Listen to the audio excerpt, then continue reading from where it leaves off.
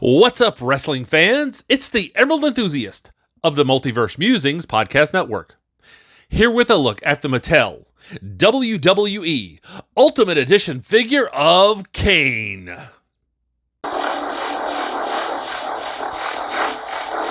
So I've had quite the streak of luck in 2022 when it comes to finding WWE figures. This is the second Ultimate Edition figure that I have found on clearance. The first being The Undertaker that I've already reviewed here on YouTube, so check that out.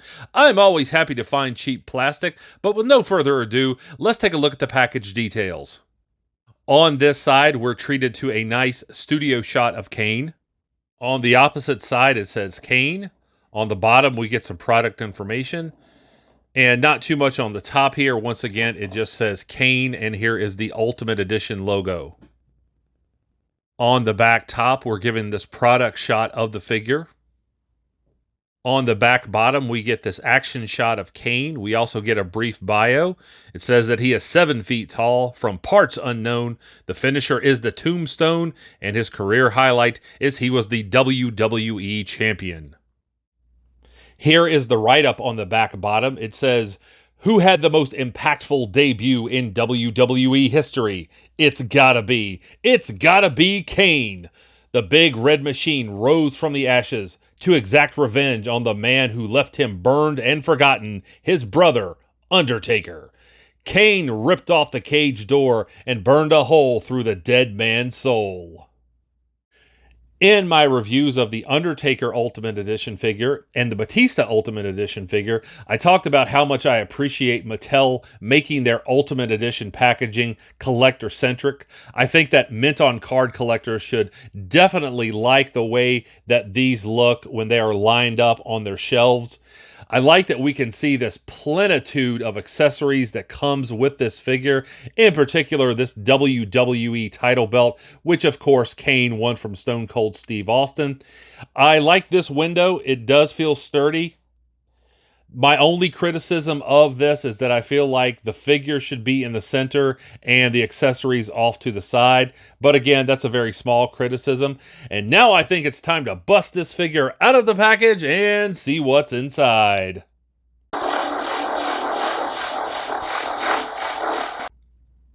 Here is the figure free of the outer packaging, but still in the inner plastic. And here we see Kane out of the package and ready to rumble. I do have a couple of criticisms of this figure, but for the most part, this figure demonstrates the level of quality that we have come to expect from the Ultimate Edition figures. So let's go ahead and take a closer look at the loose details of this figure now. Let's take a look at accessories here. Here we have the alternate head sculpt, and really, for the most part, it's just the hair brushed back. So, I don't know. Would you have preferred a Glenn Jacobs head sculpt instead of this? Or maybe with the mask partially torn off? I don't know. Catch up with me on TikTok or Twitter and let me know. And here we have the alternate hands. And, of course, these have the peg and the hinge here.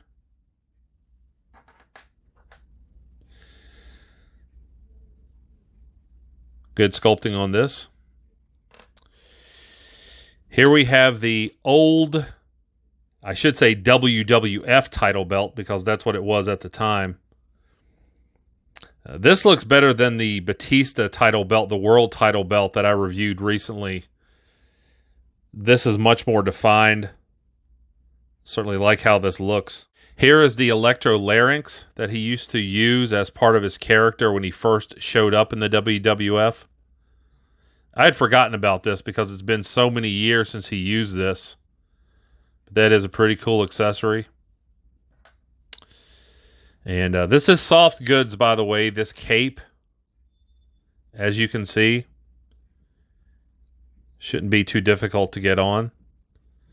But I like the addition of this too to the accessories. Now let's take a look at the figure itself.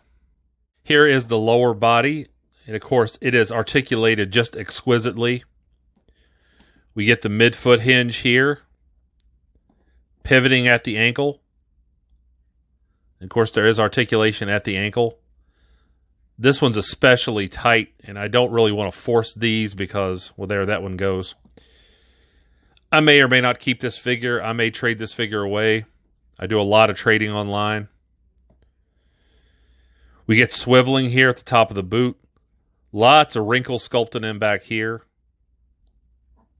Of course, we get this great paint detail on the side. This is accurate to the first ring attire that Kane wore. I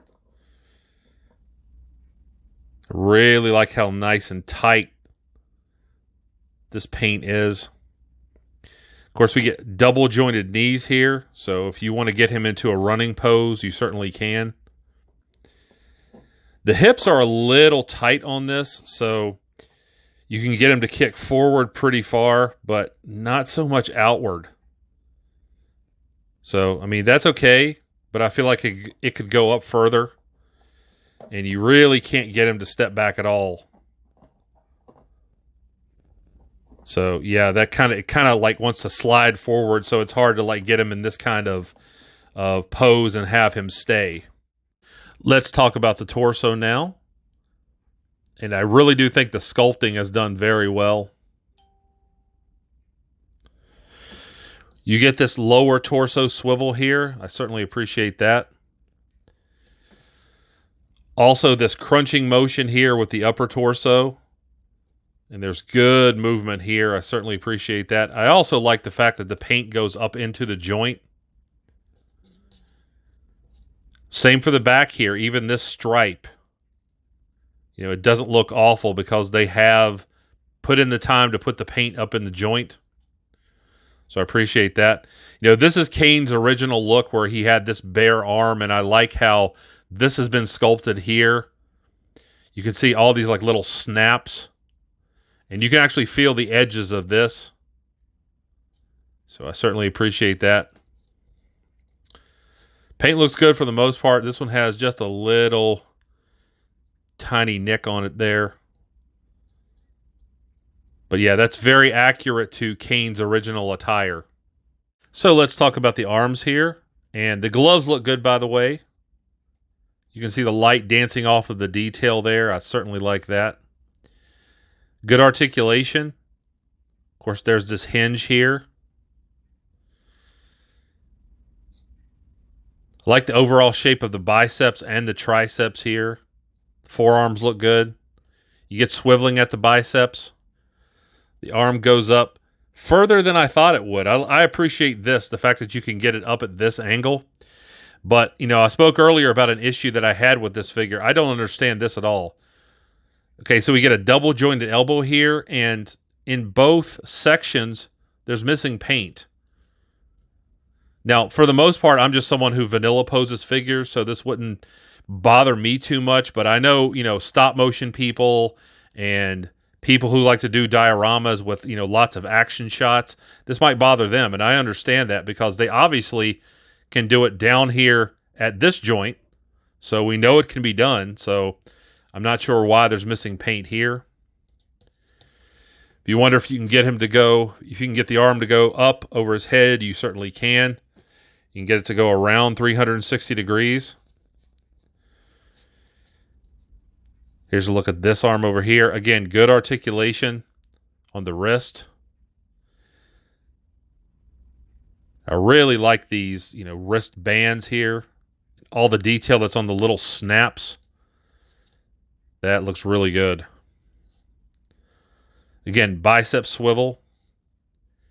You get the arm to go out that far. He does have butterfly joints, by the way, and I really appreciate that. Look how far back you can get his arm to go.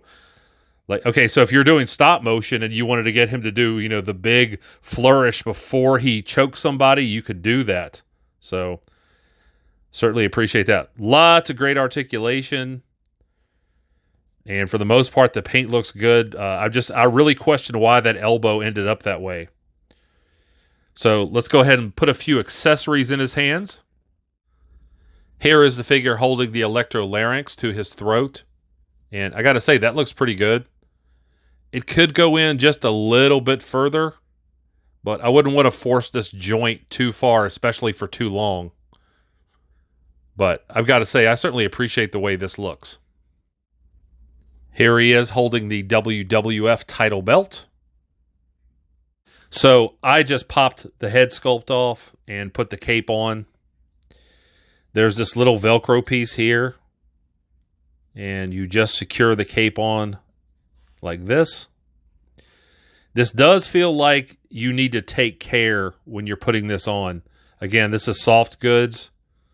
And this feels like, especially if you're trying to keep the head sculpt on and force this on underneath the hair, you could damage it. So be careful. Here's a look at the cape from the back.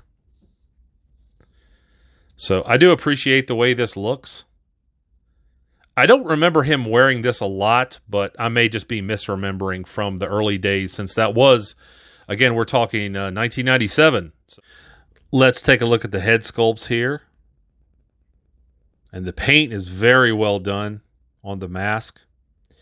With the alternate head sculpt here, you can see this edge of the mask that went around the ear there. So again, this hair is brushed back. So it gives you more detail on the sides of the face. Eyes are done very well. Same for this one, although they're much more difficult to see with this one because of the way the hair is. This hair is pretty pliable, so you can move it around. I'll talk about articulation on the neck joint in a minute. He's got that little slit for the mouth. This couldn't have been easy to breathe in. The hair looks really good. It doesn't look plastic at all. You can see the individual strands, and again, you can move the hair, the ends of it easily, so I appreciate that. So yes, just an exquisite job on these head sculpts. Here is the alternate head sculpt on the figure, and you can get him to look up and down. You can get the head to look side to side, but it's a little more difficult than I thought it would be, and you certainly do want to take care with this hair. You don't want to damage the figure in any way.